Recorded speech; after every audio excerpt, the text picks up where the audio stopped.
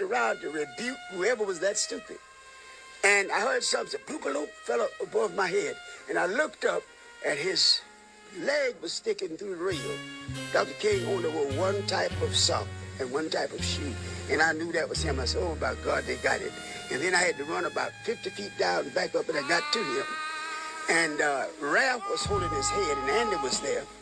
And a guy from Africa who had been traveling with us as a newsman from Africa. We found out later on he was working for the CIA. No, the FBI, worked for the FBI. And he had taken a lot of pictures of Dr. King. And I grabbed him in and threw out and started choking him, because the bullet hit Dr. King right here. And it went round and cut his medulla oblongata. And I didn't want people to remember Dr. King was having his face shut off. So Abner ran and got a towel. And somehow or another they got took one more picture after I made him into that camera. And it shows Dr. King down with a towel on his face. But I'm going to tell you, I was an expert gunner in World War II.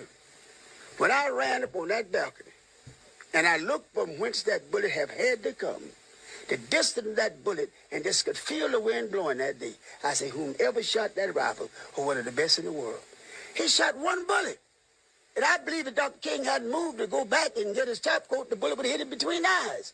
The bullet hit him right here. But what happened, and then Ralph said, we'll go in and take him on to the hospital. Hosea, you get all the staff together. 3 of us saw it, Dr. King, after he was shot. 3 SLC executive staff members. Andy, Abernathy, and Hosea Williams. Those are the 3 that saw that body. Now listen to that. So I got in the yard, and I was about to lose my cool, because I was thinking if I could take some molecules out there and make me some guns and kill me some white folks. And one man said, now be cool.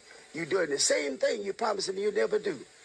And I started crying, and then I heard Jesse Jackson say, he told me, Jesse, take our people on to the mountaintop. And that didn't bother me, even though I know Jesse got nowhere near him. And then Jesse said, I held his head in my hand while he died. And that didn't get to me. And then Jesse said, look at my shirt. And I looked around, sure enough, and Jesse Jackson's shirt was drenched in blood. And I realized the only way Jesse could have gotten that blood was stoop down on that floor at the Lorraine Motel and rake that blood off that floor and put that blood on him. And I went crazy. I really tried.